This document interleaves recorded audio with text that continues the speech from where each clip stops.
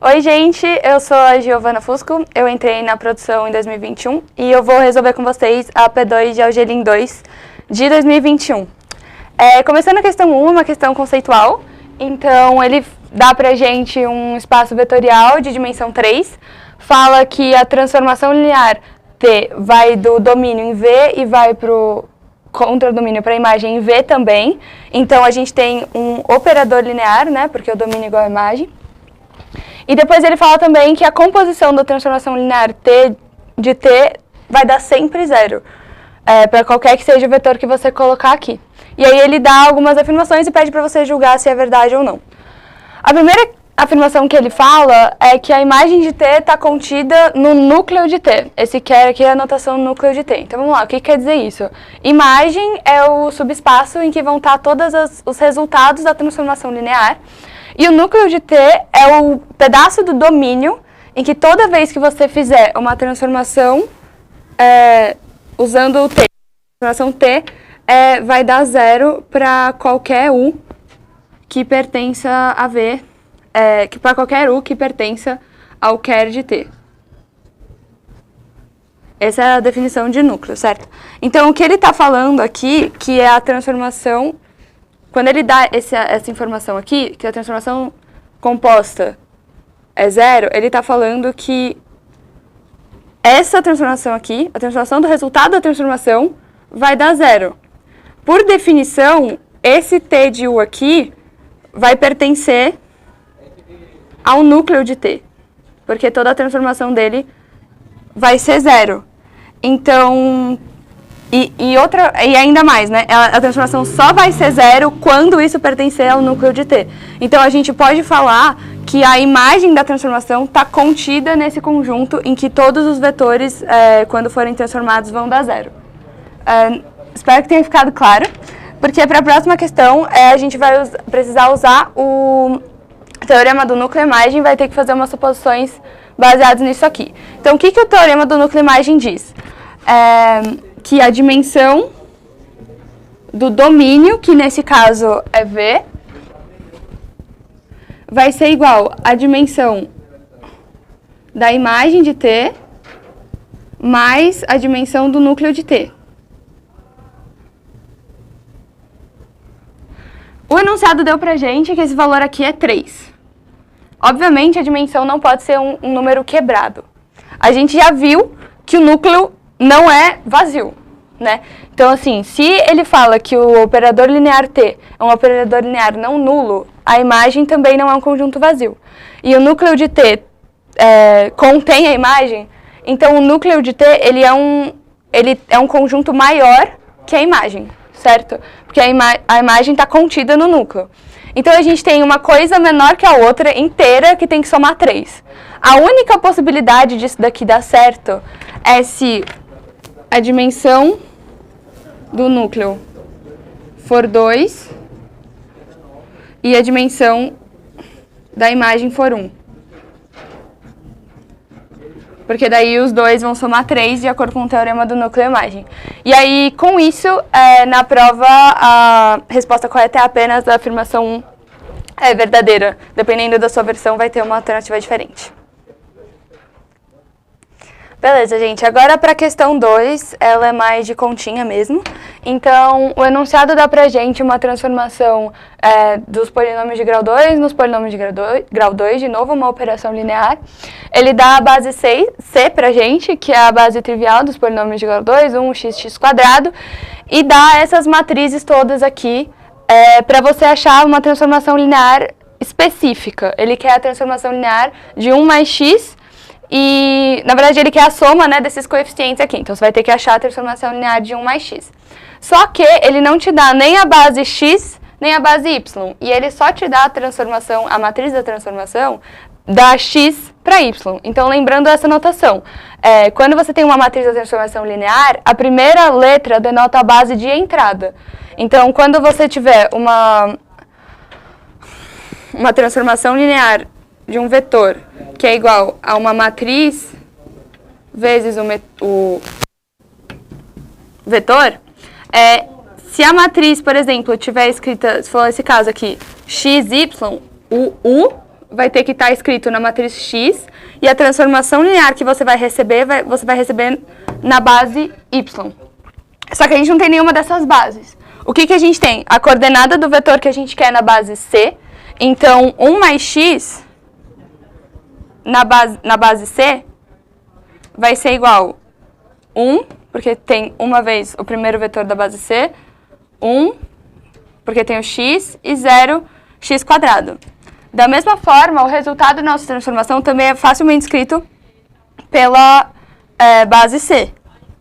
A gente quer que a transformação de 1 mais x seja igual ao vetor A, B, C. Perfeito, isso está na base C, está na base C. Agora, como que eu vou transformar a minha matriz, que está de x para y, numa matriz de C para C? Usando a matriz de identidade. A matriz de identidade é aquela que não vai alterar o valor. Então, quando ela é uma matriz de identidade comum, ela é aquela que é escrita por só 1 na diagonal, e o resto é tudo zero. Essa é a matriz de identidade. Só que quando a gente vai transformar uma matriz de operação linear de uma base para outra, a gente usa a identidade de uma base para outra, que nada mais vai ser do que a transformação do primeiro, por exemplo, do primeiro vetor da base vai ter esse valor na base de saída. O segundo vetor da base de entrada vai ter esse valor na base de saída. E assim que a matriz de identidade faz essa transformação de uma base para outra. O que a gente tem que ficar muito atento é na ordem das letras, porque ela pode ser um pouco confusa. Então, se eu quero uma matriz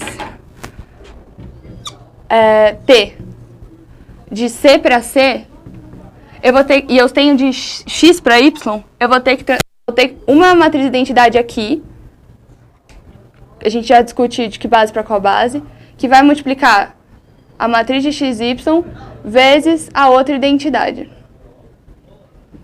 Então vamos lá, para a ordem. A matriz que está desse lado, ela vai transformar a sua entrada. Então, para essa matriz conversar com essa matriz precisa liberar, vamos dizer assim, um vetor na base X, para poder entrar nessa. Então, obrigatoriamente, vai ser um X na saída. Só que qual que vai ser a entrada dessa matriz? A entrada que eu quero. Eu quero a entrada C, então vai ser a minha identidade CX. Beleza. Transformei minha entrada. Agora eu quero transformar a minha saída. Se eu multiplicar essas duas aqui, eu estou entrando em C, saindo em Y. Só que eu quero entrar em C e sair em C também. Então eu quero sair em C. Como essa matriz de identidade está multiplicando uma matriz que sai em Y, a precisa entrar em Y. Então, são essas matrizes de identidades que eu vou ter que multiplicar para poder encontrar a matriz de C para C. Bom, eu não vou fazer essas continhas, porque elas vão estar no documento que a gente vai deixar na descrição e vai tomar muito tempo. Eu vou só colocar o resultado final da matriz C e montar a continha que vai ser necessária para a gente usar na transformação linear. Então, como eu escrevi aqui, a transformação linear vai ser o resultado da matriz da transformação vezes o vetor. Então, a gente tem que a saída da transformação linear, então A, B, C, na base C, vai ser igual à multiplicação da matriz de C para C que a gente achou, que vai ser essa daqui,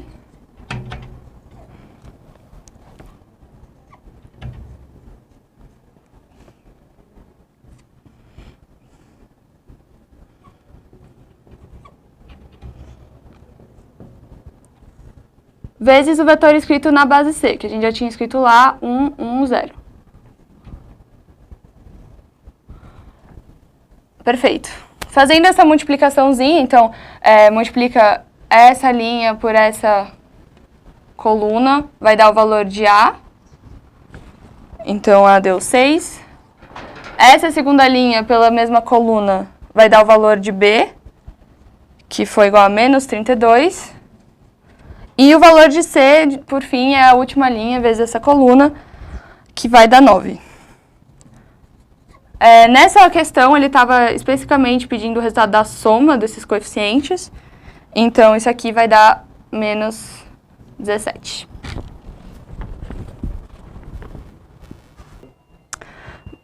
Bom, gente, passando agora para a questão 3, ela também vai trabalhar essa questão de ficar mudando as bases da matriz da transformação linear.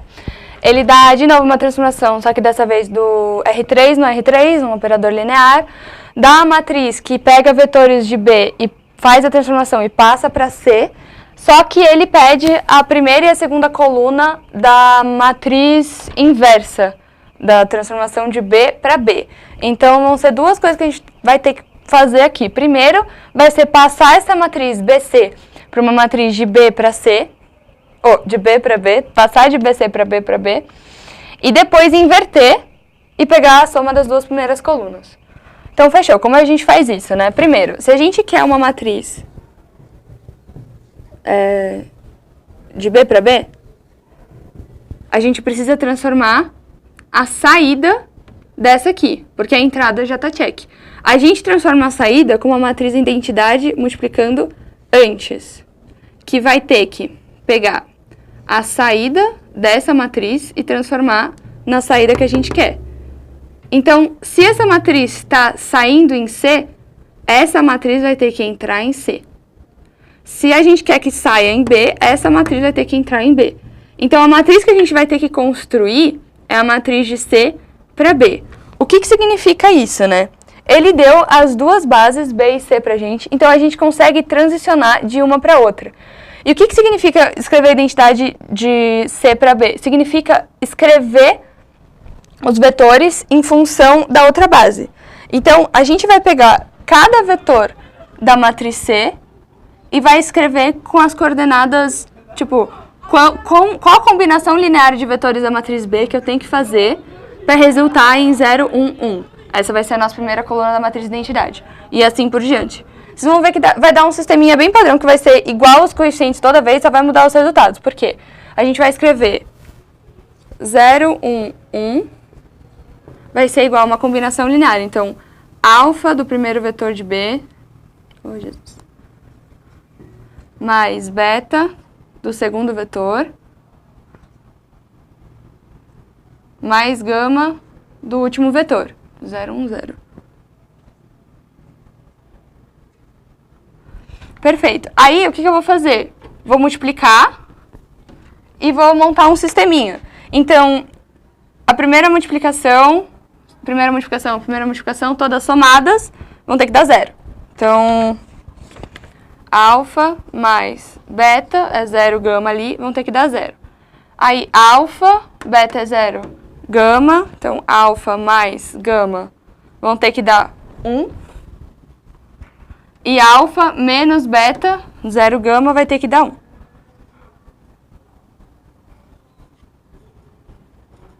Perfeito. Resolvendo esse sisteminha aqui, você pode somar essas duas, que anula o beta, substituir, não sei o quê. O resultado vai dar um vetor que eu já vou colocar aqui. Já vou montando a nossa matriz de identidade de C para B. Então, o resultado ficou, alfa ficou igual a meio, beta ficou igual a menos meio e gama ficou igual a meio. Sem mistério, só resolver esse sisteminha aqui. Aí, o que a gente vai fazer? Com o próximo vetor da base C, próximo vetor da base C é 1, 0, 1. Mesma coisa, qual que é a combinação linear que a gente consegue escrever C usando os vetores da base B? Vocês vão ver que os coeficientes se mantêm desse sistema, então eu vou só apagar esses resultados aqui. Aqui os resultados, então, a primeira vai ser 1, segundo 0, terceiro 1. De novo, você resolve esse sisteminha. O que você está escrevendo aqui? Você está escrevendo as quantidades de vezes que você precisa somar cada vetor da base C para escrever o vetor da... quantidade de vezes que você precisa multiplicar cada vetor da base B para sair a base C. Então, o resultado desse sisteminha vai ser 1, 0, menos 1. E aí, se você fizer o mesmo procedimento, qual a combinação linear de vetores para dar o último vetor da C? a gente vai chegar no 0, 1, 0. Top. Essa é a nossa matriz identidade, que pega cada um dos vetores C e mostra como que você chega no vetor, como que você chega na base B. Perfeito. O que a gente tem que fazer? Tem que multiplicar aquela matriz que a gente chegou ali pela matriz que ele deu, e aí a gente vai chegar na matriz B para B. Então, eu vou apagar esse sisteminha aqui, porque a gente não vai usar isso. Para escrever, fazendo o resultado dessa multiplicação, lembrando que multiplicação de matriz precisa ser nessa ordem, porque a ordem diferente vai mudar completamente o valor da matriz, então mantém essa ordem. Vocês vão chegar numa T de B, que vai ser igual a 2 menos 2, 4, 4, 2, 2, 4 menos 2, 0. Perfeito. Isso aqui é da base B para base B. Só que ele quer as duas primeiras colunas da inversa. Então, vamos lembrar qual que é o conceito de matriz inversa. É aquela matriz que quando você multiplica... Vou escrever em termos gerais, né? É uma matriz inversa, é uma matriz que quando você multiplica pela original, vai ser igual à identidade. Então, como que eu sugiro que vocês achem a matriz inversa? Monta esse esqueminha aqui. Pega a T de B, multiplica por uma matriz que você não conhece ainda. A, B, C, X, Y, Z, M, N, O. E você sabe que essa multiplicação vai ter que ser igual a uma matriz identidade. Disso daqui, você vai conseguir montar um sisteminha. Na verdade, inclusive, é até um pouco mais fácil você inverter essa ordem, porque como é inversa, nesse caso em específico, né, A vezes A de A menos 1 é igual a menos 1 vezes A, porque isso aqui vai ter que dar identidade. Se você fizer ao contrário, você vai ter que essa linha multiplica essa coluna, essa multiplica essa, e essa multiplica essa, e aí você tem um sisteminha de A, B e C. Vou escrever o sisteminha só para vocês acompanharem o que eu tô falando. Então, vai ficar 2A mais 4B mais 4C igual a 1. Aí, essa linha vezes essa coluna vai ser igual a 0, que é imediatamente embaixo. E essa linha vezes essa coluna vai dar o 0 também. Aí o seu sistema vai ser assim.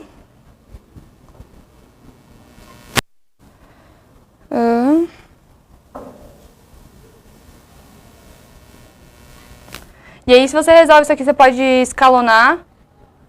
Então, montar a matriz com os coeficientes e tentar isolar todos até ficar 0. O sisteminha com o XYZ, que é o valor da sua segunda coluna, vai ter exatamente os mesmos coeficientes, só que o que vai mudar é o resultado. Ao invés de dar 1, 0, 0, vai dar 0, 1, 0. Só retomando o escalonamento, se vocês tiverem esquecido de Algelin 1, você basicamente você colocar os coeficientes. Então, aqui vai ser a coluna dos coeficientes do A. O A recebe valores 2, menos 2 e 4. 4, 2, 2 para o B. 4, 2, 0 para o C. E aí os resultados vão dar 1, 0, 0. Como os resultados são diferentes, você não pode usar, apesar de todos os coeficientes para x, y, z serem, você não pode usar o mesmo escalonamento para as duas colunas, porque os resultados vão ser diferentes. E o que é o escalonamento? É você fazer isso aqui virar 0 e 0 e sobrar só 2 números, aí aqui tem que ser 0, vai sobrar 3 números, e aí depois você volta os coeficientes da mesma maneira para as variáveis, e você vai ter resultados diretos. A matriz de escalonamento final se você somar essa linha com essa, subtrair essa linha vezes 2 nessa, né? Fazer essas continhas de soma e subtração de linhas, você chega numa matriz escalonada assim. Isso para a primeira coluna, eu não vou fazer da segunda coluna, senão ficar escrevendo matriz até amanhã.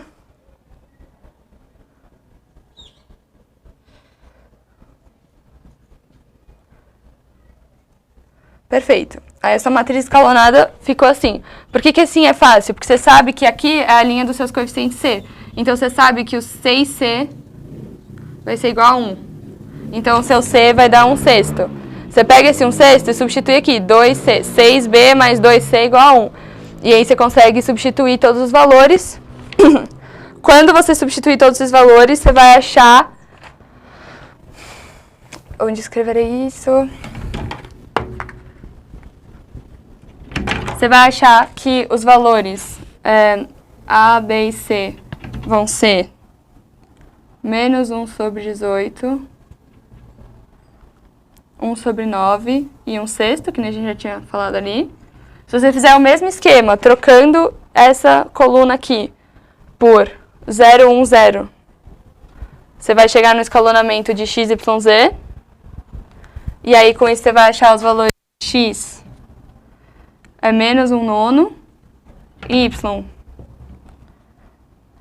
2/9 e z menos 1/6. Eu chamei assim propositalmente porque eu queria os valores da coluna 1 e 2. Então agora é só somar esses três valores.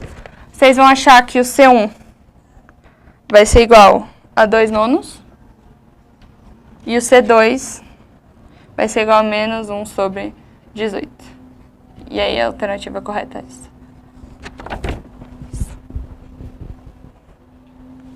Ali é menos... Gente, na verdade eu me atrapalhei aqui na matriz de escalonamento, é menos 2 na coluna dos coeficientes C, e aqui era 1, 0, 0, né? Mas se vocês fizerem, o raciocínio é esse, se vocês fizerem a conta com esses números aí vai dar certo.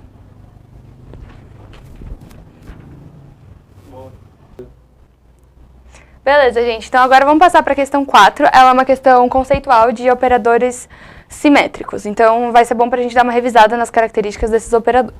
Ele começa falando que V é um espaço vetorial de dimensão finita, T é uma transformação linear, não sei o quê. Aí na primeira afirmação ele fala T e S são operadores simétricos de V em V, os dois de V em V. Então, se isso acontecer, a composição de S com T é simétrico também, é um operador simétrico. Então, ele tá... Qual que é a definição de operador simétrico, né? É aquele operador que se você fizer o produto escalar da transformação linear de um vetor U vezes a transformação produto escalar, né? Com o vetor V, vai ser igual ao vetor U, transformação linear do vetor V.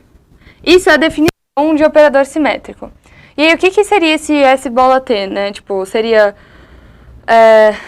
S de T de U, produto escalar com T de U, ou produto escalar com T de V, seria igual a T de U, que é justamente o que está aqui dentro, né? Tipo, o T de U está fazendo o papel de U aqui, seria igual ao S de T de V. Tá, essa é a definição. Eu escrevi isso a hora que eu estava tentando resolver e parei aqui. Tipo, não consegui desenvolver matematicamente assim, daria muito trabalho. Então, qual que é o outro caminho? Qual que é a outra propriedade de um operador simétrico?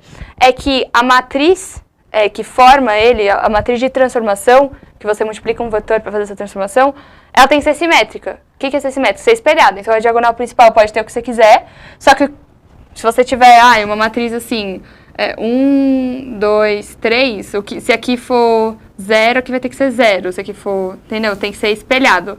Então, qual que é o macete para você resolver a questão? Pega duas matrizes simétricas quaisquer. Como essas duas transformações são do mesmo espaço, tipo, ela tem o mesmo domínio, então o T vai pegar de V e devolver em V, só que não tem problema, porque o S também pega em V. E aí devolve em V. Então, você pode multiplicar as duas matrizes, né? A matriz da transformação composta vai ser a multiplicação. Então, a matriz está composta. Vai ser a multiplicação da matriz, mantendo a ordem sempre, dessas duas matrizes. E aí você pode chutar uma matriz e dizer que era a transformação V para achar um contra-exemplo. Então, qual foi a matriz que eu peguei aqui? Peguei aqui a matriz simétrica 1, 0, 0, 3, que vai ser o meu S, vezes a matriz 2, 5, 5, 2. E aí, obviamente, eu peguei uma matriz 2 por 2, porque é muito mais... Não vai pegar uma matriz 3 por 3 para ficar perdendo tempo multiplicando. E aí, se você fizer a multiplicaçãozinha de matriz, né, aqui, vai dar 2. Vou pegar o resultado aqui para não perder muito tempo com essas continhas. Vai chegar num resultado simplesmente não simétrico. Então, essa aqui é falsa. E a prova é por contra-exemplo.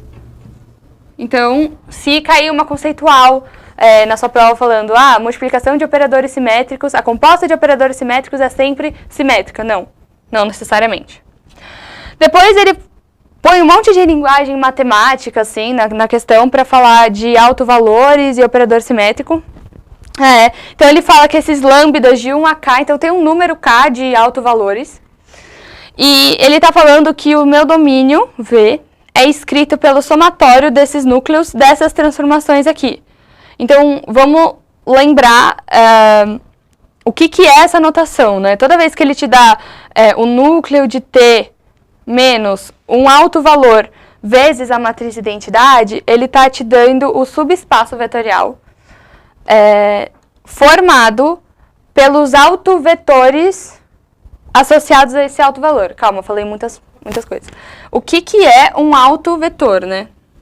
Então, um autovetor vai ser aquele vetor que quando você faz uma transformação, vai dar um valor real, beta, vezes o próprio vetor. Quando esse fenômeno acontece, a gente chama o beta de alto valor e o U de alto vetor. Então, esses lambdas diferentes são os diferentes betas aí que podem aparecer. E aí,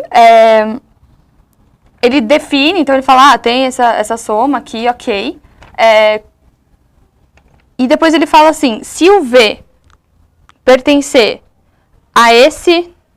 a um conjunto, a esse subespaço aqui. Então, o V pertence a um subespaço dos autovetores associados ao lambda 1. E o W pertence a um subespaço dos autovetores associados a um outro alto valor, eles vão ser ortogonais. Por quê? Porque o produto escalar deles vai dar zero. Falou que o produto escalar é zero, é ortogonal. Então, o que ele está falando? Eu consigo escrever o espaço vetorial V a partir dos autovetores. Isso já é uma questão. E aí ele está adicionando uma outra característica. Além disso, essa base vai ser ortogonal. Então, o que eu tenho? Eu tenho que o V pode ser escrito por uma base ortonormal dos autovetores. Isso, por definição, é um operador simétrico. Então, assim, não tem muito o que eu escrever aqui. Você tinha que saber que a característica do operador simétrico é isso. É ele poder ser escrito, essa transformação, te gerar autovetores ortogonais que descrevem o espaço V. Espero que tenha ficado claro. Era essa a ideia do exercício, mas não tem muita resolução. É só que essa aqui é verdadeira.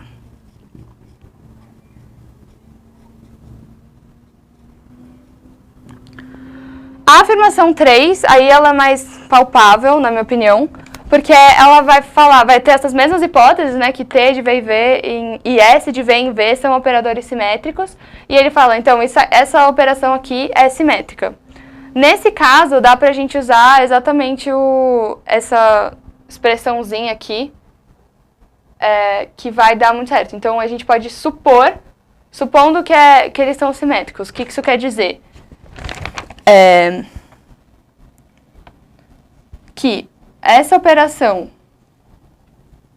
de U, produto escalar com V, vai ser igual a U da operação grande em V.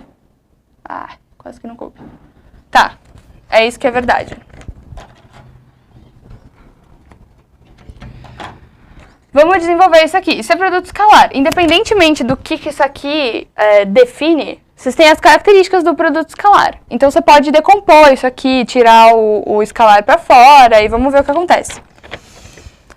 Então, separando aqui a adição primeiro. Então, você tem que o S de U mais alfa T de 1, escalar com V, vai ser igual a U, produto escalar S de V, mais alfa T de V. Perfeito. Só que isso aqui é produto escalar, então eu posso aplicar a distributiva. Então, eu tenho aqui S de U com V, mais... Aqui eu vou fazer dois passos em um. Além de eu fazer a distributiva, eu vou tirar o escalar para fora. Então, alfa T de U e V. Isso vai ser igual... Vou passar igual para cá, porque senão nem vai caber. Mesma coisa distributiva. U com S de V. Vou de novo passar o escalar para fora. E vai ficar U T de V. Tá, só que por hipótese, o meu operador S e o meu operador T são simétricos. O que quer dizer que esse termo aqui é igual a esse termo aqui, pela definição de operador simétrico, assim como esse termo aqui é igual a esse termo aqui. Ou seja, se a gente admitir a hipótese no começo que esse operador é simétrico, a igualdade continua valendo. Então, no fim, essa afirmativa é verdadeira. Então, a resposta correta é que apenas 2 e 3 são verdadeiros, ou apenas a afirmação 1 é falsa. Bom, gente, a questão 5, então, ela vai dar pra gente uma transformação do R3 nos polinômios de segundo grau. Dá pra gente 3 transformações com 3 vetores linearmente independentes. Então, com eles já dá pra gente formar a matriz de transformação, que vai resultar nesses 3 polinômios. Aí ele pergunta assim, qual que é a condição desse resultado aqui de A e B para T ser injetora? Então, vamos relembrar conceitos de injetora, bijetora e injetora, sobrejetora e bijetora. Para T ser injetora, eu preciso que a dimensão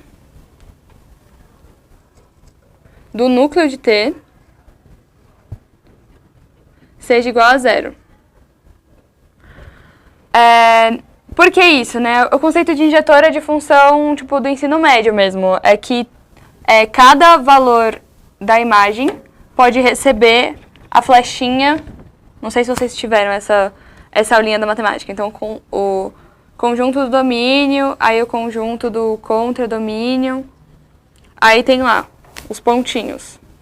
Para ela ser uma função injetora, cada pontinho só pode receber flecha. Então, tipo, a transformação desse domínio só pode dar nesse aqui. Você não pode ter um outro elemento do domínio dando o mesmo valor da transformação. Não, isso aqui não é uma função injetora.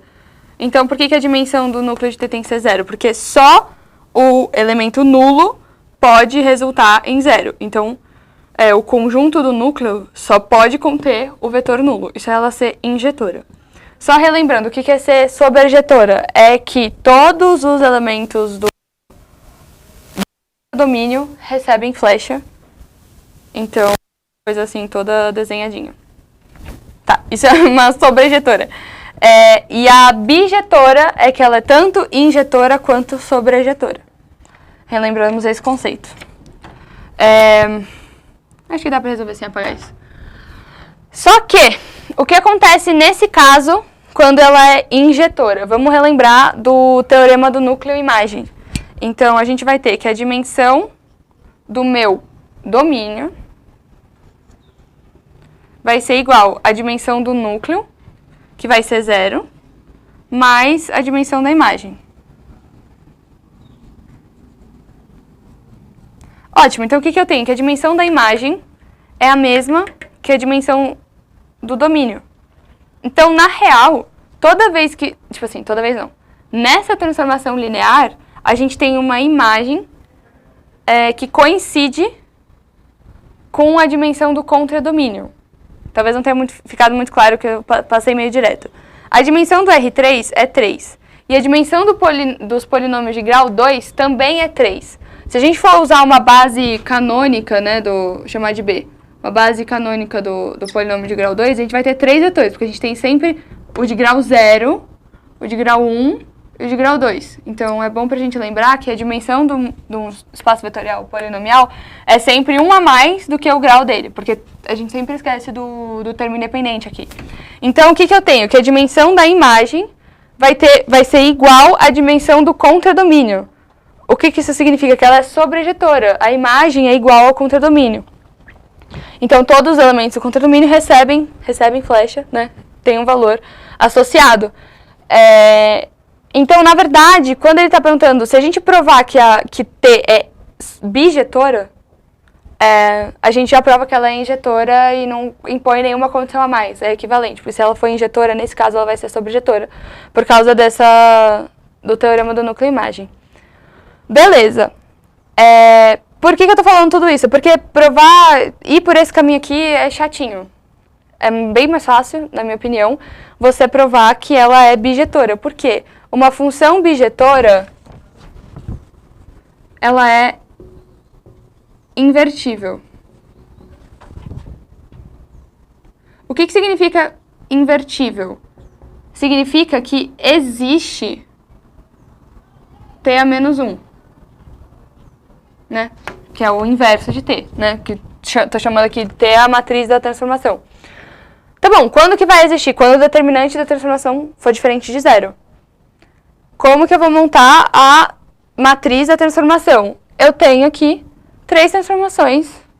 Eu posso dizer que isso aqui é uma base e escrever isso aqui nas coordenadas da base canônica e dizer que a minha matriz da transformação vai ser exatamente, usando essa base, 1 menos 2, 1. 1A, B mais 4.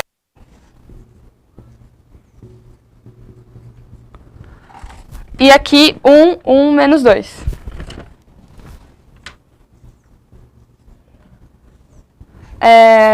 Para ela ser invertível, então, a matriz dela é escrita em qualquer base.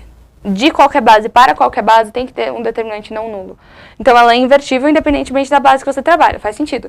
Porque ela ser invertível tem a ver com a característica da transformação, não com como você escolhe organizar ou não o domínio e contradomínio. Então, eu posso usar essa base aqui. Por que eu estou chamando isso aqui de base? Porque a minha dimensão é 3. E esses aqui são LI. Como que eu percebi que é LI? Tipo, aqui só tem o primeiro vetor, aqui só tem também o segundo vetor, e esse é o único que tem o terceiro vetor. Então, você olha aqui e você percebe que é LI. Eu não faria conta lá, montaria para provar, assim. Eu acho que é intuitivo você supor que isso aqui é LI.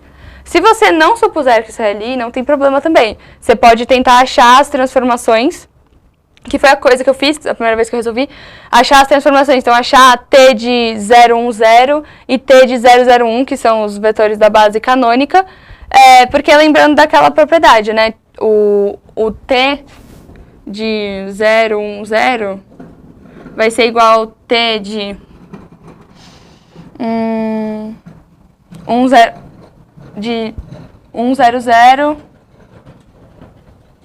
menos o T de 1 menos 0. Por quê? Porque se você fizer 1 menos 0, 0 menos 1, 0 menos 0, então tem essa propriedade da transformação linear, que a soma de vetores você pode aplicar a transformação que vai dar certo também. Então, mas para pular essa etapa, esse passo de você achar a transformação linear na base canônica, eu já vou fazer o determinante dessa aqui, porque eu percebi que os 3 vetores que ele deu são LI.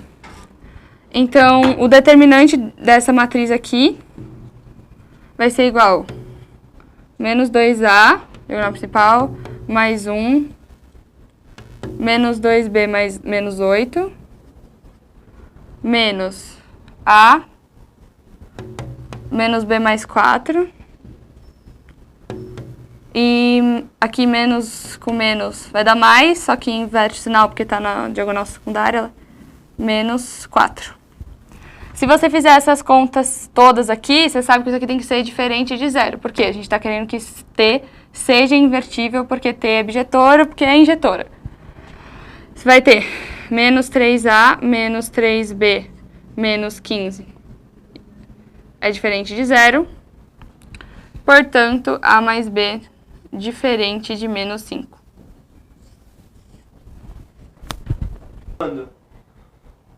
Bom, gente, passando então para a questão 6, o enunciado dá pra gente duas bases, uma transformação linear que vai do espaço tridimensional para o bidimensional dos reais, dá a matriz de transformação BC, e depois pede o valor de uma transformação. Então, o que a gente tem que ficar atento aqui é que a matriz de transformação vai da base B para a base C, que eu preciso fornecer o vetor para multiplicar na base B, e essa matriz vai me retornar um vetor na base C. Nas respostas, ele te retorna, tipo, nas alternativas, tá na base canônica, que é aquela base 100, 010, 001. Então, a gente vai precisar transformar algumas coisas. Primeira delas, a entrada. Isso aqui tá na base canônica, então vamos escrever isso aqui na base B. A gente já fez isso antes. Um outro exercício aí. Então, a gente faz aquele sisteminha, porque eu preciso que isso aqui se escreva como uma combinação linear dos vetores da base B.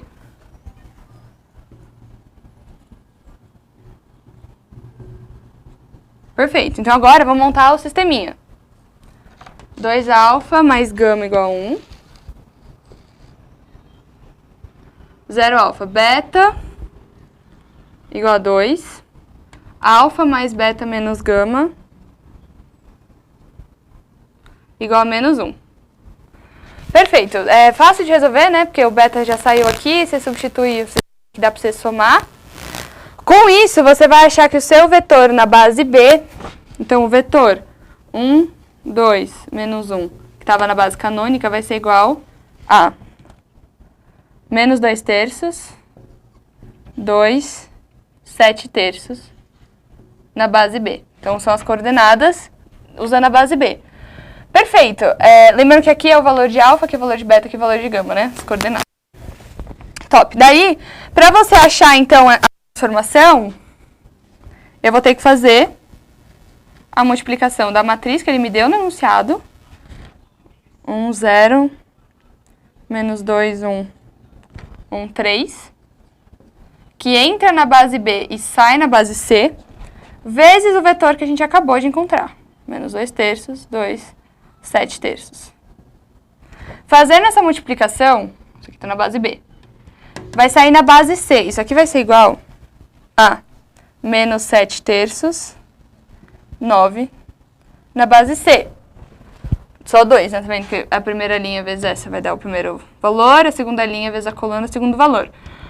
Perfeito, só que a alternativa tá em canônica. Mas transformar a base para canônica é mais fácil, porque você sabe que, então, isso aqui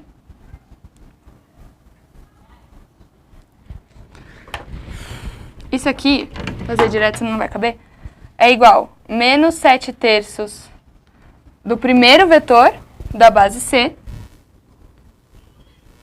mais 9 do segundo vetor da base C. Então, a minha transformação no final, se você fizer essa continha distributiva e somar, você vai ter que essa transformação vai ser igual a 20 terços menos 18.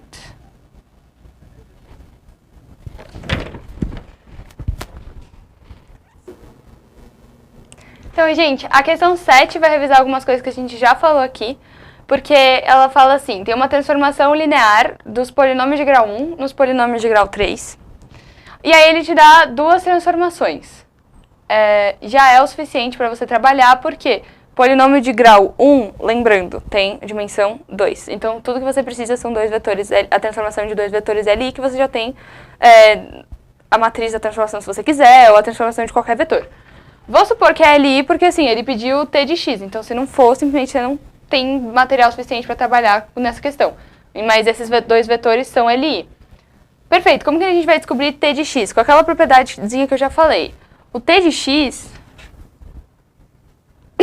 ele vai ser uma combinação linear da transformação de 3 menos x com a transformação de menos 1 mais 2x. Tá, e como que eu vou descobrir esses coeficientes? Simplesmente por causa dessa propriedade da transformação linear. Que os coeficientes, os escalares, você pode tirar dentro e fora da transformação, que vai dar no mesmo, mantém a igualdade. Então, o que eu passei, meio direto, é que, na verdade, eu passei o escalar para dentro da transformação e igualei tudo. Imagina que tem a transformação linear aqui e a transformação linear aqui. E aí, depois, eu só tirei a transformação.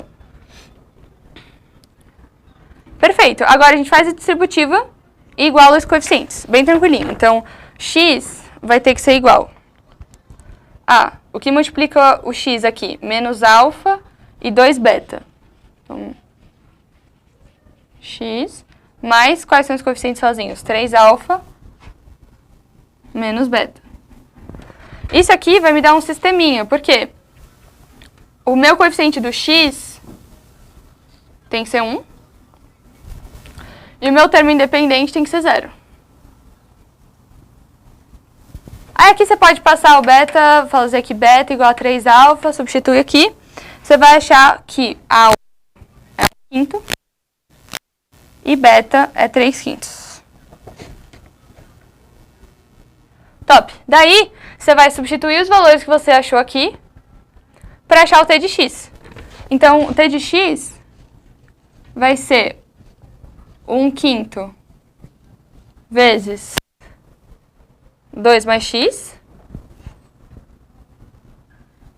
mais 3 quintos, vezes a transformação linear isso aqui, que é 1 menos x mais x, 1 menos x quadrado mais x cubo. Perfeito. Fazendo a distributiva e somando os termos, que dá para somar, você vai ter esse polinômio aqui, menos 3x quadrado, mais x, mais 5. E aí, essa aqui é a resposta final.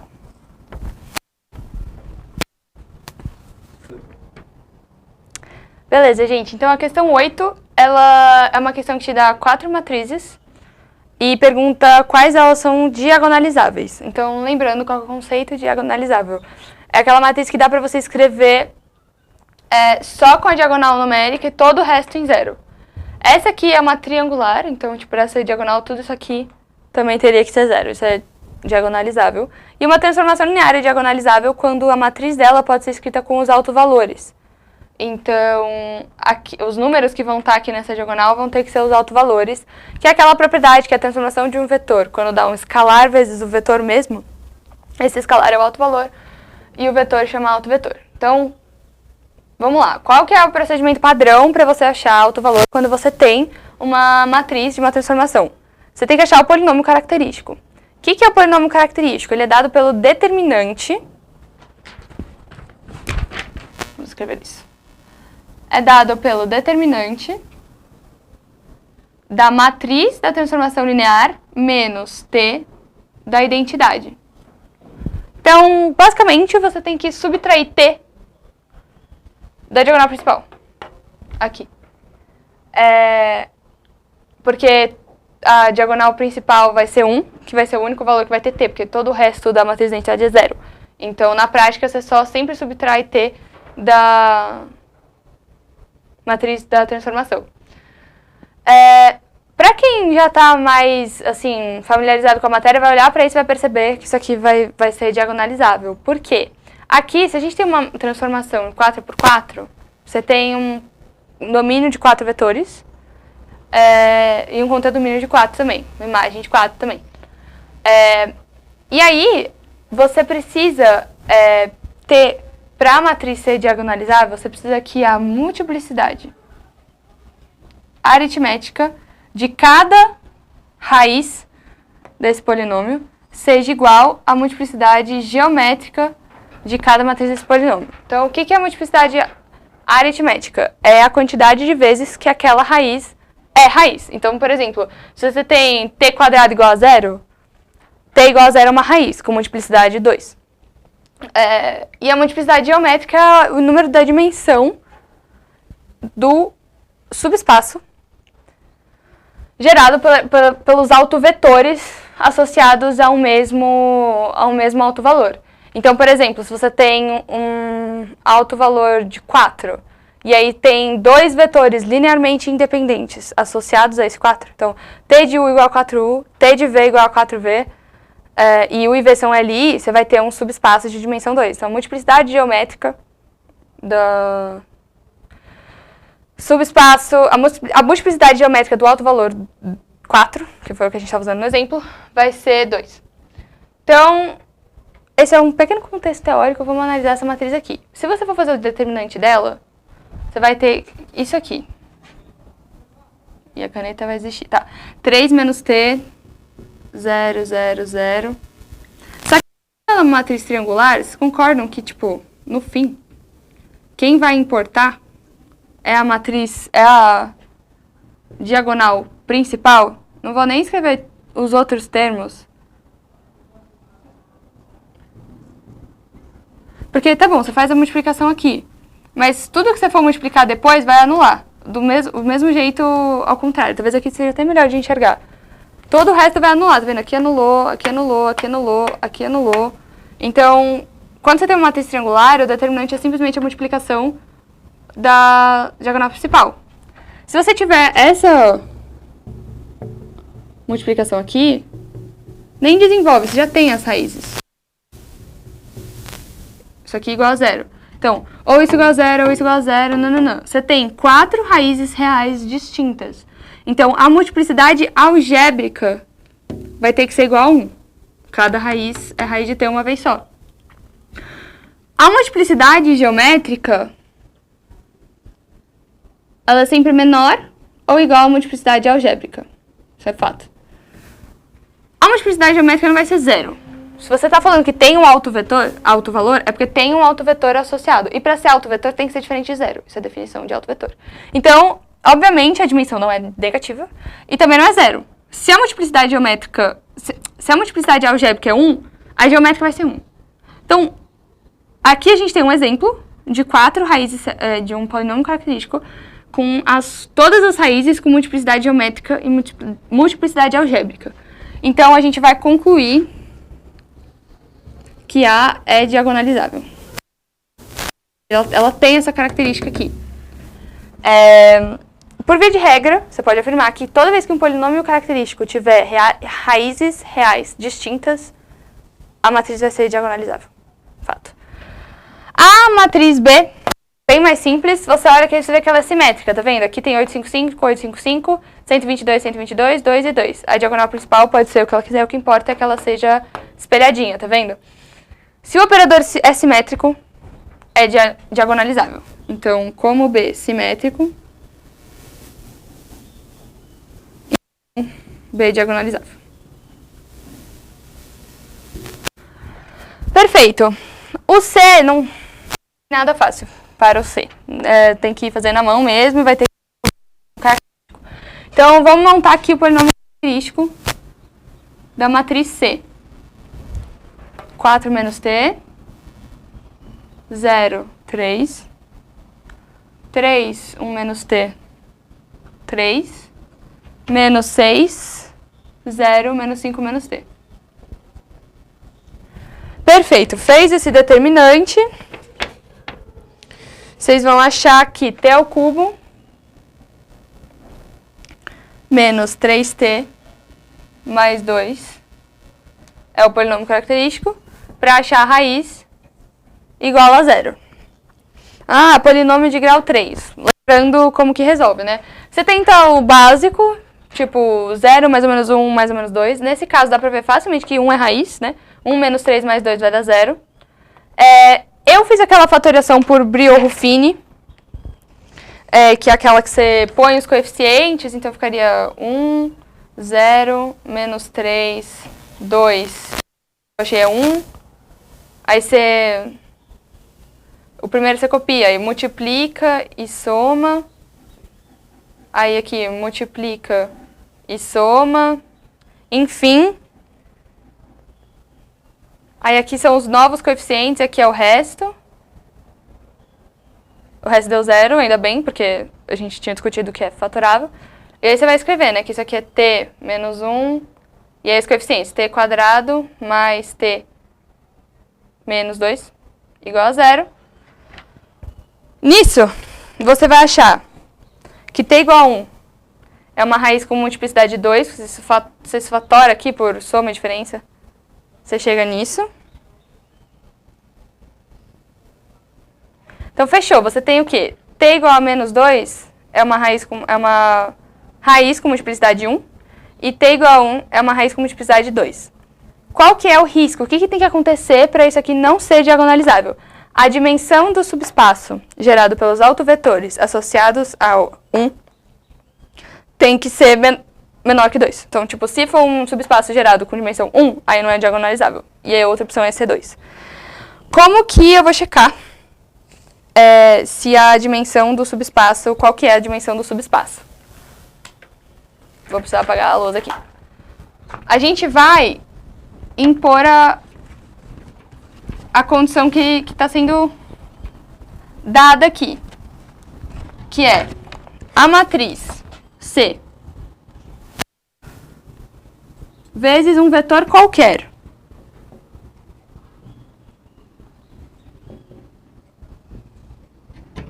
XYZ tem que ser exatamente igual a XYZ. É isso que eu tô falando aqui, tipo, se existem autovetores associados ao autovalor 1, é porque a transformação linear de um vetor dá ele mesmo, que é ele multiplicado por 1. Se você fizer esse sisteminha, você vai ter aquilo, né, 4x mais 3y menos 6z igual a x. Já passando pro outro lado, aqui vai dar 0y, né, porque vai dar y igual a y, então você nem vai ter essa segunda equação, tá vendo? E a última equação vai ser 3x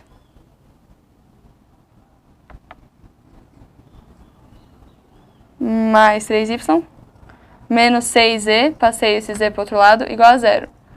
Tá, se você passar esse x para esse lado, você vai ver que isso aqui é 3x igual a 0.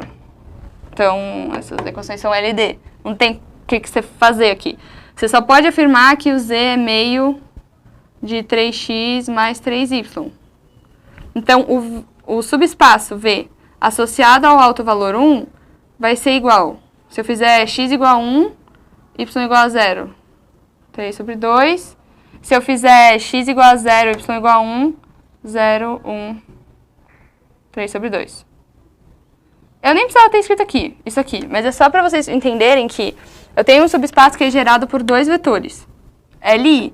Então, a multiplicidade geométrica do autovalor 1 é 2, que é exatamente igual à multiplicidade geométrica, exatamente igual à multiplicidade algébrica do valor 1. Portanto, C é diagonalizável. Então, a gente viu que A, B e C são diagonalizáveis até agora. Vamos, por último, chegar na matriz D. A matriz D é mais simples, porque ela é uma matriz 2 por 2. Então, o determinante dela vai ser bem tranquilo. Vamos fazer aqui direto, né? Aqui vai ficar 99 menos t vezes 99 menos t, concorda? Porque aqui eu só vou tirar t e aqui vai anular no determinante. Então, o meu polinômio característico vai ser 99 menos t ao quadrado. Então, eu tenho t igual a 99, uma raiz com uma multiplicidade algébrica igual a 2. Então, vamos verificar qual que é a multiplicidade geométrica do subespaço gerado pelos autovetores associados a 99. Mesmo esquema do que eu acabei de fazer, né? Vezes xy vai ter que ser igual a 99x e 99y. Perfeito. Nisso, eu vou achar 99x, fazendo essa multiplicação, menos y, igual a 99x, portanto, y igual a 0. E vou achar que 99y igual a 99y, então não vou concluir nada. Eu tenho, então, quais são os vetores que vão gerar o subespaço associado ao 2? São os vetores 1, 0. Por quê? Porque esse sisteminha aqui não tem nenhuma restrição sobre o x, então eu ponho um valor qualquer. Poderia ser 3, 5 ou 7. E o y tem que ser 0, né? Então, a gente conclui que essa multiplicidade geométrica é 1. Tem um subespaço gerado com dimensão 1, que é diferente da multiplicidade algébrica. Por isso, a matriz B não é diagonalizável. Então, a gente tem a matriz A, B e C diagonalizáveis, D não. Boa. Tá, então, para a questão 9, ele dá uma transformação pra gente dos polinômios de grau 2 para os polinômios de grau 1. A transformação é simplesmente derivada. A gente dá uma base B e C, pede a matriz da transformação de B para C. Então, o que a gente tem que fazer? A gente tem que, a partir da lei da transformação que ele deu pra gente, transformar cada vetor de B, e cada transformação vai se tornar uma coluna da matriz.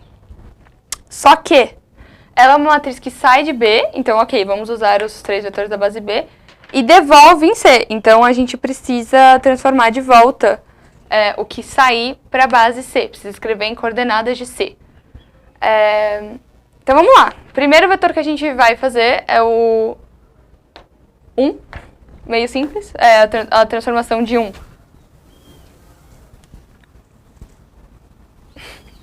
Vai ser igual a 0. Então, derivada não tem a variável aqui, vai ser 0. Só que 0, tá vendo? Não é um vetor da base C. Então, a gente precisa escrever isso em coordenadas. Então, 0 vai ser igual a alfa vezes 1 mais beta vezes 1 mais 2t. Isso aqui vai ser igual ao quê? Alfa mais beta igual a 0, 2 beta igual a 0. Alfa e beta vão ser 0. Então, a transformação de 1 vai ser igual a 0, 0 na base C. Perfeito? Próximo. Transformação de 1 mais 4t mais t quadrado. Então, transformação do segundo vetor. Vou botar B2 aqui para dar uma abreviada. Vai ser derivada. Então, 0, 4, 2t. 4 mais 2t. De novo, eu vou escrever isso aqui, só que ao invés de 0, eu vou escrever 4 mais 2t. Então, de novo, eu vou ter esse sisteminha, só que ao invés de ser os dois igual a 0, eu vou ter que alfa mais beta vai ser igual a 4, porque eles são os coeficientes do termo independente, e 2 beta igual a 2. Nisso, a gente tem que a transformação do segundo vetor da base B tem os seguintes coeficientes de C. Beta vai ser 1, alfa vai ser 3. Por fim, a gente tem a transformação do terceiro vetor da base B. Derivando isso daqui, fica com 2 menos 2t. Sisteminha, de novo, dos coeficientes independentes. Tem que dar 2. E do coeficiente do t, tem que dar menos 2. Beta vai ser menos 1. Beta tem que ser menos 1, alfa vai ser 3. Então, a transformação do terceiro vetor da base B tem as coordenadas em C, 3 e menos 1. Ótimo, eu tenho a transformação linear dos 3 vetores da base B, então eu consigo montar a minha matriz com entrada em B, saída em C, que vai ser igual. Primeira transformação, segunda transformação, terceira transformação.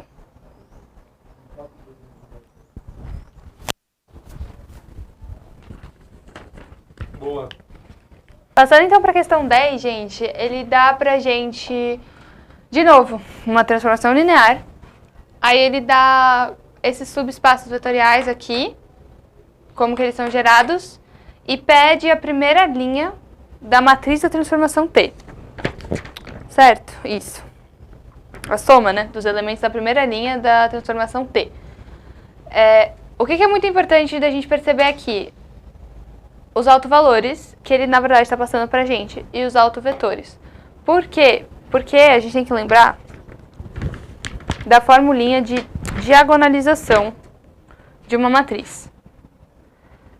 Vocês podem lembrar de uma das duas fórmulas que eu vou colocar, né?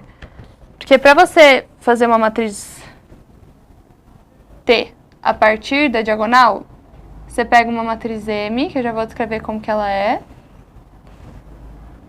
multiplica pela matriz diagonal e pelo inverso dessa matriz. Ou, uma outra fórmula que talvez podem ter passado para vocês, é que se você multiplicar esse lado aqui por M menos 1 e esse lado aqui por M, você vai ter M menos 1, T, M, igual M menos 1, M, D, M menos 1, M. Só que isso aqui é matriz de identidade e isso aqui é matriz de identidade pela definição de matriz inversa. Então, na verdade, você tem que a matriz diagonal é dada por essa multiplicação. E o que é a matriz T? Desculpa, a matriz T é a transformação linear normal que a gente está trabalhando aqui faz tempo. A matriz M, ela é a matriz que é formada pelos autovetores. E a ordem da matriz M, dos autovetores, tem que ser a mesma ordem que você vai colocar os autovalores na matriz D. Por que eu estou falando tudo isso? Ele te dá os autovalores, os autovetores aos quais eles estão associados. Então, ele te deu M, é só você inverter M, e a matriz diagonal é a matriz diagonal com os autovalores. Então, fechou, assim. Por que eu tô falando que são os autovalores? Se vocês lembrarem da teoria, vamos dizer assim, das aulas de vocês, provavelmente, vocês vão lembrar que quando você tem essa relação, a transformação linear de T menos um valor I, um valor lambda, vezes I, tipo a transformação S, né? Vamos dizer que o S é a composição disso tudo aqui. Essa transformação de U vai ser 0 se isso aqui for um alto valor. Logo, tipo assim, pela definição de núcleo, eu estou falando aqui que a transformação desses autovetores vai ser sempre 0. Então, esses vetores são autovetores. Não sei se ficou claro, mas eu espero que com a resolução do exercício que eu estou fazendo fique mais claro. Eu vou só deixar essa fórmula aqui na lousa, porque é a fórmula que a gente vai usar. Então, vamos lá. Organizando tudo que eu falei. Se você tem os autovetores, você consegue formar a matriz M. Então, vamos formar a nossa matriz M. É só escrever os autovetores nas colunas. Aqui, 0, 1, 2. Aqui, menos 1, 1 e 1. Qual que é a matriz diagonal com essa matriz M? Eu vou precisar colocar os autovalores na diagonal e o resto tudo 0. Qual que é o autovalor relacionado a esse vetor? 0. Esse aqui é T menos 0 vezes a matriz de identidade. Então, aqui é tudo 0, 0, 0. Qual que é o autovalor associado a esse autovetor? 2. Então, aqui vai ser 0, 2, 0. E aqui vai ser menos 3. Então, 0, 0, menos 3. Se ao invés de montar a minha matriz M assim, eu montasse a minha matriz M,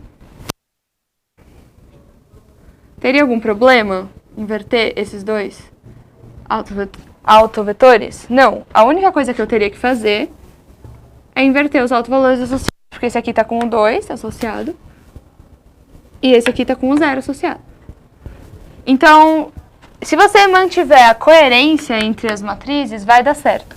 E aí, o último processo que você tem que fazer é inverter a matriz M.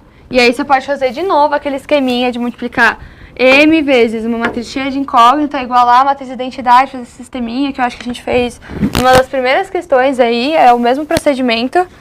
É trabalhoso, mas não tem outro jeito. E aí a nossa M é menos 1. Se você fizer esse esqueminha. Vai ser igual a 1/6, 1/3 menos 5/6, 1/3 menos 1/3, 1/3. E menos 1/6, 2/3 menos 1/6. Essas aqui são as 3 matrizes, vai ter que multiplicar nessa ordem. Espera aí, que só pra deixar... Eu fiz as contas. Vou voltar como tava. Porque eu fiz as contas pro caso em que tava tudo em ordem.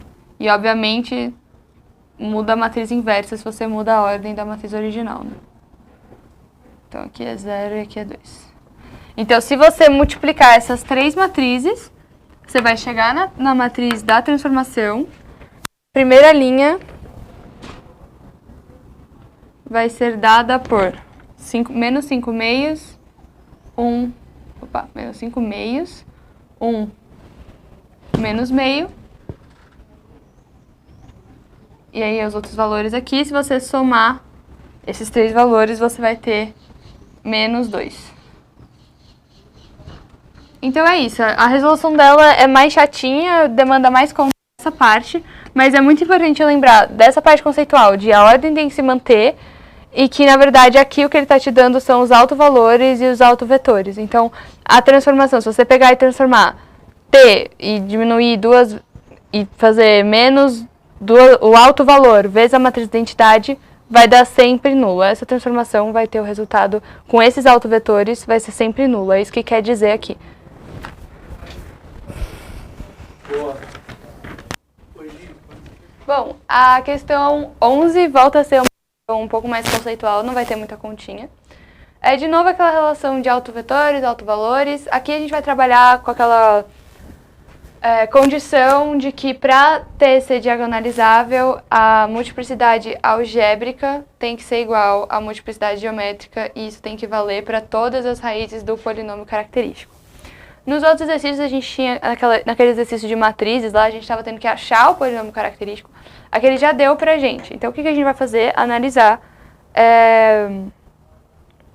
as raízes dele, analisar a multiplicidade, etc. Então vamos lá. No item 1. As raízes desse polinômio são o quê? Ou x igual a 0, sendo que a multiplicidade de a multiplicidade algébrica, desculpa, de 0 é 3, que aqui o x está elevado ao cubo, ou x ao quadrado menos a ao quadrado igual a 0. Disso a gente tem que x é igual a ou x é igual a menos a. Ok, outra informação que ele deu pra gente, que a dimensão do núcleo de T é igual a 3. O que é isso? Ele está falando que a dimensão do núcleo de T menos 0 vezes a matriz de densidade é 3. Ele deu a multiplicidade geométrica da raiz 0. Por que isso? Ele está falando que esse subespaço vetorial tem dimensão 3, que é associado ao alto valor 0. Então, a gente pode afirmar isso aqui, que é geométrica de 0 é igual a aritmética de 0, que é igual a 3. Perfeito. Ah, e aqui? Aqui a gente tem uma multiplicidade 1 e uma multiplicidade 1 também.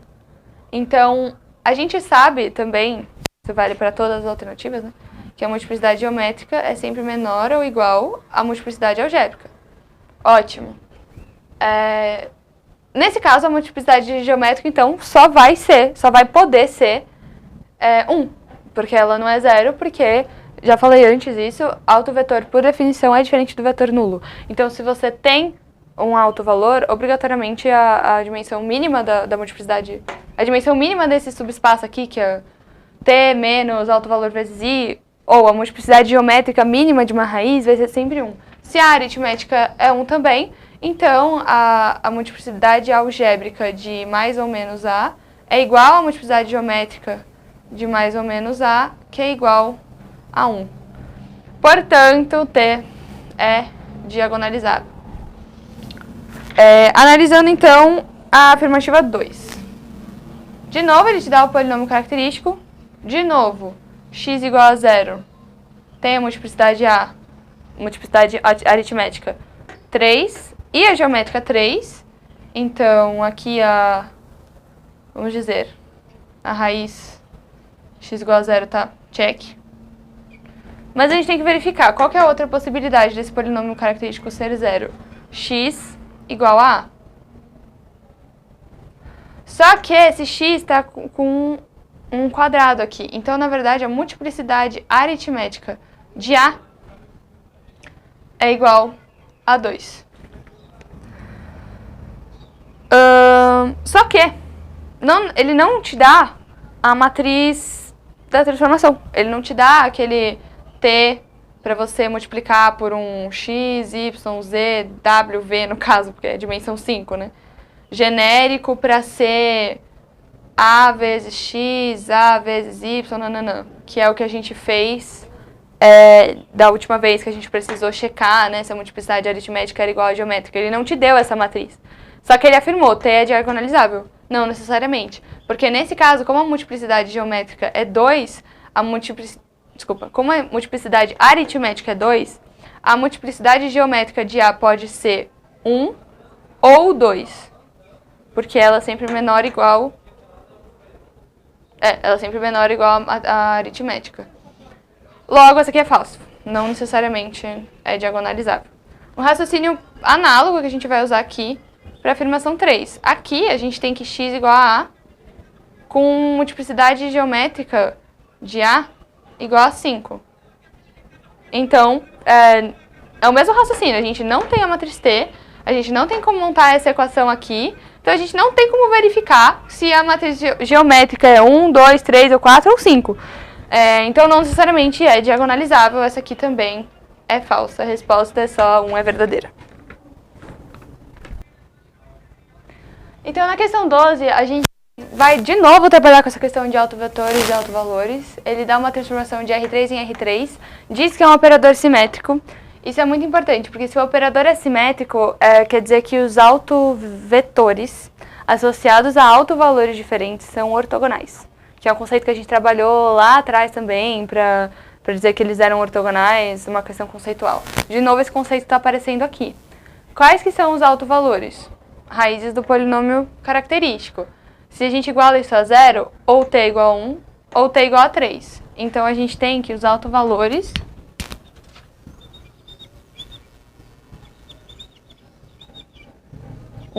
e 3.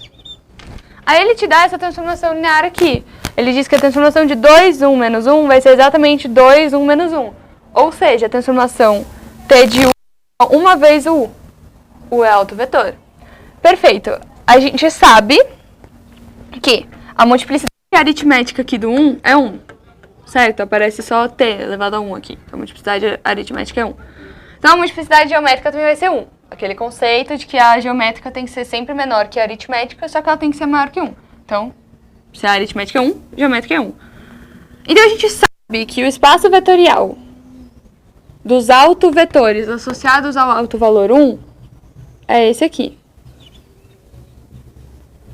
Por ele ser um operador simétrico, eu sei que se um vetor genérico aqui pertence ao subespaço dos vetores, dos autovetores associados a 3, que é o outro autovalor aqui, então, x, y, z, e eu escrevi y aqui, x, y, z é ortogonal ao 2, 1, menos 1. Porque eles estão associados a autovalores diferentes. E o enunciado me diz que é simétrico. Ele só me disse que é simétrico porque se eu fizer o produto escalar entre os dois, eu sei que isso aqui vai ser 0. Por que eu posso usar isso? É muito importante. Isso aqui está escrito com relação à base canônica. Se tivesse sido escrito com relação a qualquer outra base, você teria que converter a base canônica. Por quê? Eu estou usando o conceito de produto escalar do espaço R3, que eu sei fazer, que é o quê? Agora eu vou multiplicar o primeiro pelo primeiro, o segundo pelo segundo, mais y menos z igual a 0. Então, o que eu usei? Eu usei a regra de produto interno característica do R3. Então, eu tenho que usar a base canônica também, mas já tá, então eu não sei transformar em nada, ok. O que eu tenho? Eu tenho que... Qual que é a característica do vetor que pertence ao V de 3? Bom, é que Z é igual a 2x mais y. Logo, V de 3 é formado pelos vetores com formato x, y, 2x mais y. Perfeito. Se eu substituir primeiro x igual a 1, y igual a 0 e depois inverter, eu vou ter que o V3 é formado por 1, 0, 2, 0, 1, 1. Ótimo. Por que eu tô querendo tudo isso? Porque ele me pediu... Ele deu uma série de alternativas com alguns vetores e a transformação linear desses respectivos vetores, né? Só que, para isso, eu precisava ter ou a matriz de transformação linear, ou exatamente o que eu vou fazer aqui, que é tentar fazer uma combinação linear dos vetores, que eu sei a transformação, para conseguir a transformação desse vetor que eu quero. Como assim? Nas alternativas, ele dá várias opções de vetores para você transformar. Eu vou pegar o que já é o certo, mas você teria que ir testando. Mas eu vou pegar já o que é o certo para fazer o processo uma vez, e aí você teria que fazer esse mesmo processo para vários, até você achar o certo. Vou fazer a transformação... Vou começar mais para cá. Vou fazer a transformação do 1... Cadê? 1 menos 1 menos 1. Que é uma das alternativas lá. Como que eu vou fazer isso, né? Dessa vez eu vou escrever bonitinho passo a passo. Eu sei que 1 menos 1 menos 1 vai ser a combinação linear desses três vetores aqui. 2, 1. Menos 1. 1, 0, 2. Mais gama 0, 1, 1. Por que isso? Porque eles são linearmente independentes. Os autovetores também vão ser linearmente independentes. Então, eu sei que eu consigo escrever como combinação linear desses três vetores LI. Perfeito. De novo, vou montar lá o sisteminha. 2 alfa mais beta igual a 1. 1 alfa, 0 beta, gama, alfa mais gama igual a menos 1. E a menos alfa mais 2 beta mais gama igual a menos 1. Esse sistema é mais chato. Mas você vai chegar aqui, alfa igual a 1/3. Beta é igual a 1/3 também. E gama vai ser igual a menos 4/3. Ótimo. Por que é interessante eu achar essa combinação linear? Porque eu posso fazer aqui a transformação de 1 menos 1 menos 1 é igual a transformação de alfa vezes o primeiro vetor, mais beta vezes o primeiro vetor, mais gama vezes o segundo vetor, o terceiro vetor, desculpa. Por ele ser um operador linear, eu posso quebrar isso aqui em várias somas. E também, por ele ser um operador linear, eu posso tirar o escalar para fora. Tá, mas aí eu tenho, na verdade, então, a combinação das transformações. Mas ele não me deu as transformações, mais ou menos. Ele te deu essa daqui. E você sabe que os outros dois estão associados ao valor 3. Logo, você tem aqui a transformação do 102... vai ser 3, 0, 6. E a transformação do 0, 0, 0, 1, 1 vai ser 0, 3, 3. Ótimo. Vou apagar aqui pra gente montar, então, a conta final.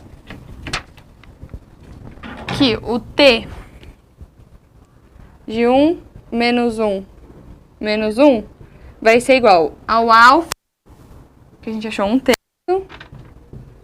vezes transformação disso aqui, que ele te deu, é justamente o 2, 1, menos 1,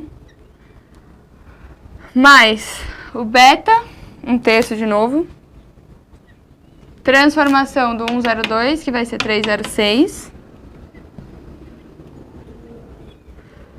mais gama, que é o menos 4/3, vezes a transformação do 011, que é o 033. Se você fizer substitutiva, ou distributiva, e somar tudo, você vai ter que a transformação do 1 menos 1 menos 1 vai ser igual a 5/3, menos 11/3, menos 7/3. E aí tinha alguma resposta lá. E aí se você não soubesse, obviamente, né, direto, que era esse aqui que você tinha que escrever, que você tinha que achar a transformação, aí você manteria o mesmo sisteminha e aí mudaria os resultados. Aí mudaria alfa, beta e gama, você usaria alfa, beta e gama diferentes aqui. Mas, obviamente, mantém os resultados das transformações e mantém os coeficientes para manter os vetores aqui que você está multiplicando. Boa.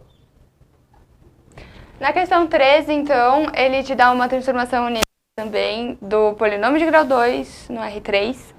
Te dá a lei de transformação. Te dá a base, que transforma da base P para a base canônica.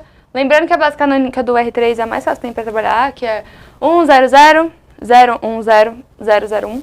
Então, você nem precisa se preocupar com base quando é canônica. E depois ele fala qual que é a soma dos elementos da base B. Você tem que achar a base B. Chamei aqui a base B, vão ser 3 polinômios de grau 2. E vou achar, então, como que vai ser a transformação P, a transformação de P em termos gerais. Então, se esses polinômios são de grau 2, eu posso escrever que P de x vai ser sempre um polinômio do tipo ax² mais bx mais c. Então, o primeiro elemento da transformação vai ser P de 0. P de 0 vai ser sempre C. Segundo vai ser P' de 1. Derivada de P com relação a x, cai o coeficiente, 2ax, cai o expoente, multiplica, né? E diminui o expoente, e depois aqui mais B. Derivação normal. E aí, se você substituir isso aqui por 1, P de 1, vai dar simplesmente 2A mais B. Então, P' de 1, 2A mais B. P, duas linhas. Talvez não tenha sido tão inteligente eu substituir por 1, porque fazer P duas linhas de cabeça é chato. Mas, P duas linhas de x vai ser igual 2A, simplesmente isso porque B não tem coeficiente. Agora sim, vou substituir por 1, e aqui vai ficar só 2A mais B. E aqui não depende de x, então... Mas enfim, menos 1. Ótimo, então o que eu tenho? Eu tenho que a transformação de um polinômio qualquer, se esse polinômio for escrito dessa maneira, vai ser igual a um vetor no R3, que vai ser do formato C, 2A mais B, 2A. Só que, o que acontece? Ele me dá a matriz da transformação de B para canônica, né? Então, o que eu posso fazer? Eu sei que nessa matriz,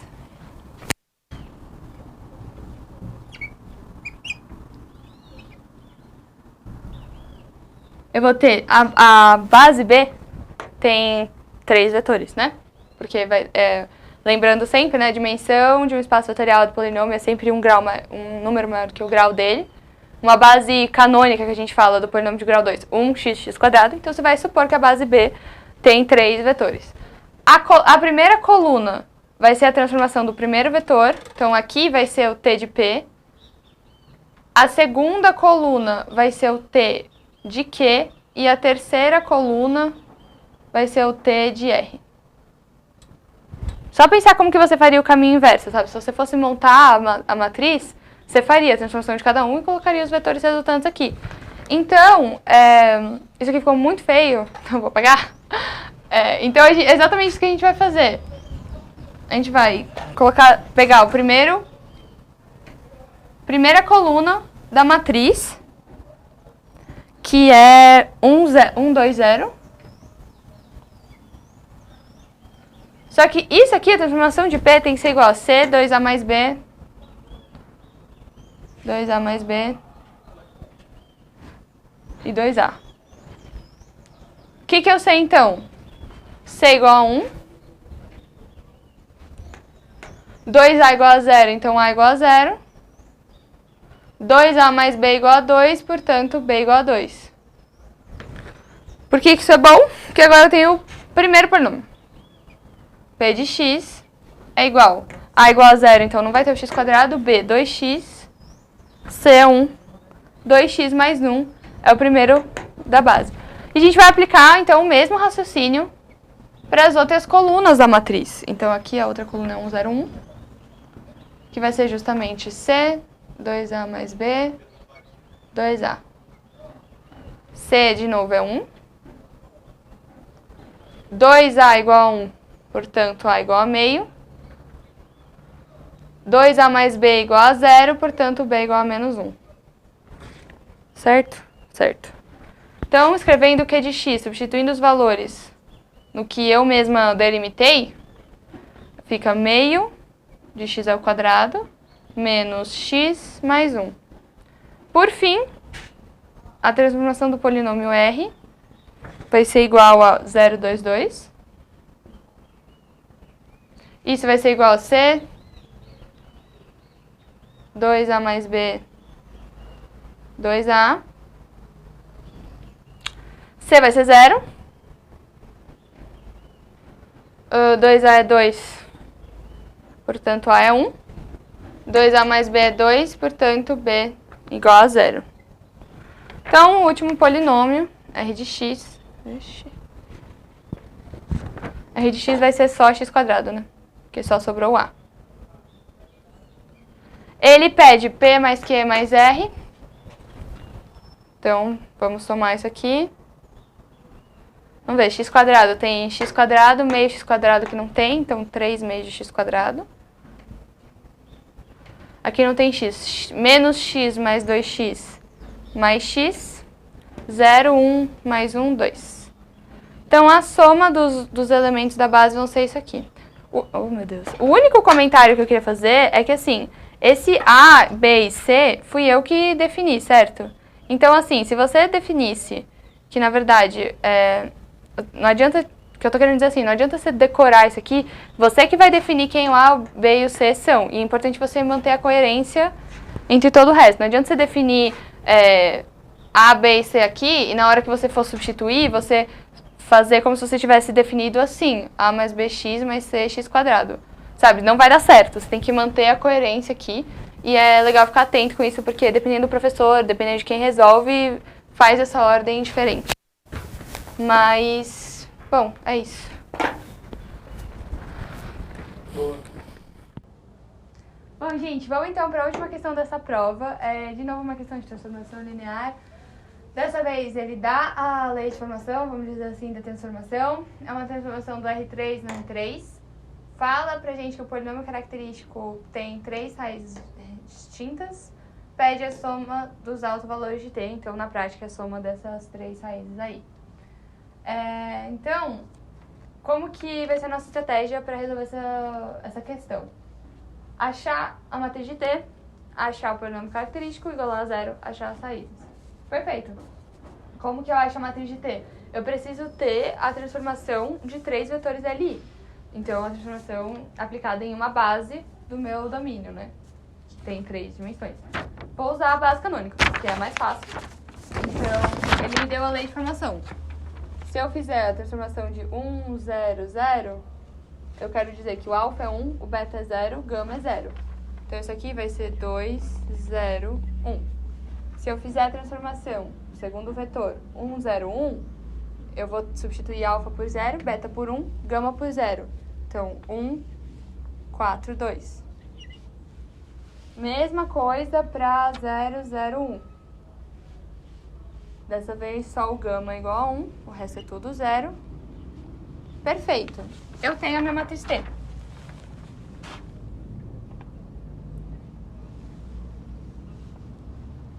Dois, 0, 1. Vou botar os vetores nas colunas. 1, 4, 2. 1, 0, 2. Perfeito. O que é o meu polinômio característico? É o determinante de T menos Ti. T é a matriz da transformação e T é a variável do meu polinômio característico. Então, o que eu vou ter? 2 menos T, determinante, né? 0, 1, 1. 4 menos T, 2, 1, 0, 2. Isso aqui igualado a 0 para eu achar minhas raízes do polinômio, né?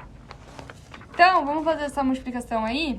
Fica 2 menos T vezes 4 menos T. Desculpa, eu esqueci de subtrair um T aqui.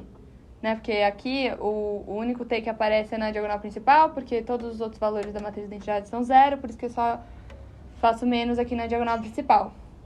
Então, aqui ficou 2 menos T ao quadrado vezes 4T.